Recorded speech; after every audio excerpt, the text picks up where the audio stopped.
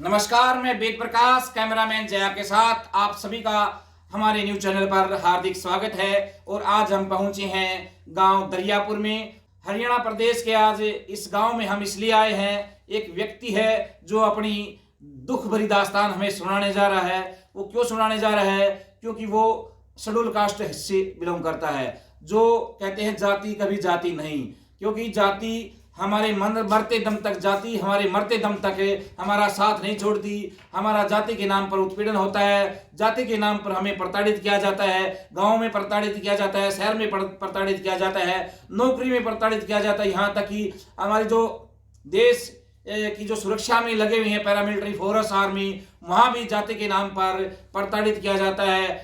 जाति से व्यक्ति कहीं भी अछूता नहीं रह सकता, हर एक जगह जाति के नाम पर हमारा उत्पीड़न होता है। उसी जातिगत उत्पीड़न से परेशान एक व्यक्ति जो बीएसएफ में कार्यरत थे और जाति के नाम पर उनका उत्पीड़न किया गया और उन्हें कोर्ट मार्शल किया गया। आज वो हर जगह से गुहार लगाकर थक चुके हैं, यहाँ तक कि वो माननीय राष्ट्रपति से भी इच्छा मृत्यु मांग चुके हैं। उसके बाद भी उन्हें आज तक न्याय नहीं मिल पाया है। बने रहिए हमारे साथ। और आज हम मुलाकात करवाते हैं बीएसएफ के पूर्व जवान थावर सिंह जी से।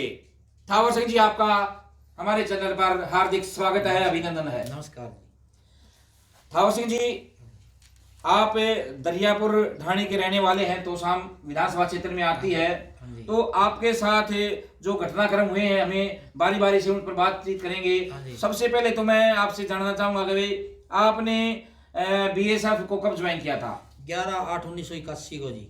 11/8/1981 को आपने बीएसएफ में कौन सी जगह पे ज्वाइन किया था? कश्मीर में किया साहब, रजौरी सेक्टर में। और कितने महीने की आपकी ट्रेनिंग रही जी? ट्रेनिंग मैंने 1.5 महीना किया सर। 1.5 महीना ट्रेनिंग किया था। तो 1.5 महीने की ट्रेनिंग के बाद आपकी पोस्टिंग कहाँ पे हुई? फिर मेरी जी वो 21 बटालियन में हुई सर। 21 बटालियन में आपकी ज्वाइनिंग हुई, पोस्टिंग हुई। तो आप जो फिरोजपुर पंजाब में कब पहुंचे? मैं 34 में पहुंचा साहब। हम गेम में, हमें सर गेम के कारण मैं 34 में 88 में आ गया। मैंने बीएसएफ में 62 किलो में कुश्ती के अंदर ऑल बीएसएफ में फर्स्ट पोजीशन लिया साहब। मेरे को बोला जी कि आपको थानेदार बनाएंगे, कैप्टन बनाएंगे। मेरे को रोटियों से भी मोहताज कर दिया। ये तो बहुत बड़ी बात है कि आप एक खिलाड़ी थे और खेल के आधार पर आपने बड़ा काम किया। उसके आधार पर आपको मान सम्मान जो मिलना चाहिए था, उसके बदले आपको मिली प्रताड़ना, उसके बदले मिले आपको कोर्ट मार्शल, उसके बदले मिला आपको टर्मिनेशन, उसके बदले आपको मिली कोर्ट की सजा, 1 साल जो आपने काटी, जेल काटा है जी। तो ये क्या आखिर ऐसा मामला क्या हुआ था, कब हुआ था ये मामला कि आपको ये प्रताड़ना झेलनी पड़ी? मैं सर 1993 में छुट्टी पर आ सर, 60 दिन की। अच्छा। उस टाइम में मेरे 2-4 लड़कों ने आरोप लाया कि पैसे लिए भर्ती में, ना मैं भर्ती में कोई डिटेल में, ना भर्ती उस टाइम न किसी अफसर के पास में। ये तो एक जातिवाद मामला है साहब। तो जिन लड़कों ने आरोप आप पर लगाया, उन्होंने क्या कोई आपके खिलाफ एफआईआर करवाई? नहीं, कोई एफआईआर नहीं कराई जी। बीएसएफ ने आप पर कोई एफआईआर करवाई? नहीं कराई मेरी बीएसएफ ने भी। तो देखिए, सबसे पहला मामला तो यही इनका खारिज हो जाता है। अगर कोई रिश्वत लेता है, रिश्वत की बात करता है, रिश्वत की मांग करता है, तो उसके खिलाफ पुलिस में मुकदमा दर्ज करवाया जाता है और कानूनी रूप से उसके खिलाफ कार्रवाई होती है। लेकिन इन्होंने कोई रिश्वत की मांग नहीं की थी, कोई रिश्वत नहीं ली थी, इसीलिए इनके खिलाफ कहीं पर भी कोई एफआईआर नहीं करवाई गई। तो ये बात इस बात को प्रमाणित करती है कि सीधे तौर पर इनको जातिगत आधार पर प्रताड़ित किया जा रहा था, प्रताड़ित करना था। इसलिए इनके खिलाफ कोई एफआईआर ना करवा करके इसे विभागीय तौर पर प्रताड़ित किया और उनको नौकरी से निकाला गया। तो ये जो आप पर आरोप लगाए, तो इस आरोप पर आपने क्या अपनी प्रतिक्रिया दी? आपने भी कोई रिटर्न में दिया कि आपने पैसे लिए हैं या नहीं लिया? मैंने कोई नहीं लिया। उन्होंने दबाव, मेरे को मारा पीटा बहुत बीएसएफ में, छावला कैंप में, लेकिन मैंने कुछ नहीं लिख के दिया। उन्होंने अपनी मर्जी से जो कुछ करे वो करे। तो छावला कैंप में 93 में आपके साथ मारपीट भी की गई? मेरे को बुलाया जी, 34 बटालियन से गार्ड के साथ मेरे को बुलाया है और 3 महीने मेरे को छावला कैंप में बंद रखा है कमरे में। अच्छा जी। तो आपको फिरोजपुर से कब बुलाया गया था? फिरोजपुर से जी मेरे को बुलाया ये 8वें महीने में बुलाया जी। अच्छा जी। क्या नाम, 3 अगस्त को। 3 अगस्त 1993 को हाँ जी। छावला कैंप में बुलाया गया था। हाँ जी। वहां पर आपके साथ बीएसएफ के अफसरों ने मारपीट की और और कर दिया जी, और बोले ये कर वो कर। बंद किया। हाँ जी। अच्छा, उससे पहले आप मेडिकल अनफिट भी थे, आप दवाई भी ले रहे थे, क्या दिक्कत थी आपको? उसके बाद में, मेरे मारने के बाद में तकलीफ हुई है जी। अच्छा, उसके बाद आपको जो 93 मारपीट हाँ जी, मिर्गी के दौरे आने लगे जी। हाँ जी, डॉक्टर ने लिखा है 3 साल का इलाज लिखा, सफदरजन ने, भाई इसको कंटिन्यू इलाज होना चाहिए। मेरे को जोधपुर भी ले गए बीएसएफ के पकड़ के इलाज के लिए। तो 93 में जब आपके ऊपर आरोप लगा तो क्या कोई इंक्वायरी हुई? आपके घर पे कोई इंक्वायरी के लिए आया इंक्वायरी हो? लिए सर, आपके गांव में आया सर। मेरे जाने के बाद में घर पर आया राम सिंह बिश्नोई साहब। अच्छा जी। उसने आकर के इन्हें, ये मेरी औरत बैठी इनको गाली देने लगे, इन्होंने पकड़ के उसको पीट दिया और गांव वालों ने छुटा दिया। उन जाते हुए धमकी दिया कि मैं तेरे को जेल भिजवाऊंगा, तेरे लड़के को, और तेरे को नौकरी से निकलाऊंगा। वही किया, क्योंकि इनकी अफसरों में चलती थी कांग्रेस सरकार ही उस टाइम। आप बात करें, जब अफसर आपके घर आया तो उन्होंने क्या कहा? अफसर ने गाली दी जी। अच्छा, गालियां दी। क्या गालियां दी उन्होंने? माँ बन गई थी जी। अच्छा, माँ बहन की गालियां दी। हमने दी पेट। अच्छा, इसके बाद फिर आपने उन लोगों को उसकी पिटाई कर दी। पिटाई कर दी। ठीक ठीक ठीक। तो देखो, गालियां नहीं देनी चाहिए, गालियां देना बहुत ही गलत है। किसी को भी गाली हमें नहीं देनी चाहिए। जो भी बात हो हमें प्यार प्रेम से बैठ के करनी चाहिए। तो दिल्ली में जब आपको 3 महीने कैदी के रूप में रखा गया, तो उसके बाद फिर आपको 3 महीने बाद क्या किया गया? फिर मेरे को वापस कुछ बिहार ले गए 34 बटालियन में। कूच बिहार क्यों लेकर गए? वो जी मेरी यूनिट है ना 34 से। अच्छा अच्छा, आपकी यूनिट कूच बिहार में चली गई थी? हाँ, चली गई जी। ठीक ठीक ठीक। फिर उधर से मेरे को जैसलमेर पोस्टिंग कर दिया।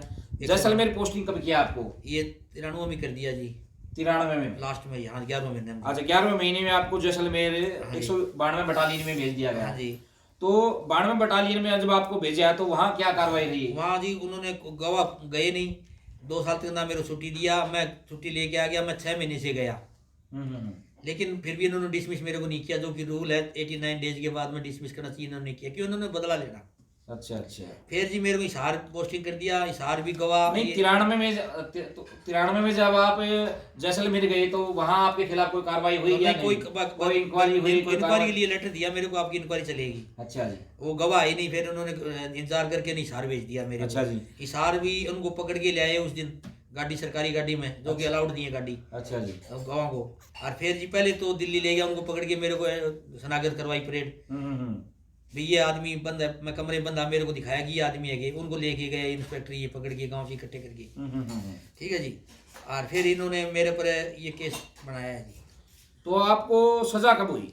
ये जी 97 में हुई सर। 97 में सजा हुई? 20/11/1997 में। तो 20/11/1997 को आपको सजा हुई, तो क्या सजा दी गई आपको? जेल में एक सिविल जेल सुनाया, सब डिसमिस फ्रॉम सर्विस सुनाया। अच्छा अच्छा। फिर 3 महीने के बाद मेरे को ये जेल में छोड़ते हैं, इतने दिन बंद रखा। तो जो गवाह थे जो आपके, जो आपको सजा हुई 20/11/97 को सजा हुई, हाँ जी। तो गवाह कब गए थे? एक गवाह सब 15 दिन के बाद आया है, सीआरपी में भर्ती हो गया। बीएसएफ में तो वो पैसे दे रहे हैं मेरे को, आरोप लगा रहे हैं, और सीआरपी में वो कैसे भर्ती हो गया, जो उसकी उम्र 26 साल उस टाइम। अच्छा जी। करसन कुमार है ये, बसोत्तर भट्टू का। तो ये 15 दिन के बाद आता है सजा देने। गवाही से पहले आपको सजा दे दी गई? हाँ जी, इसके गवाह से पहले सजा दे दिया।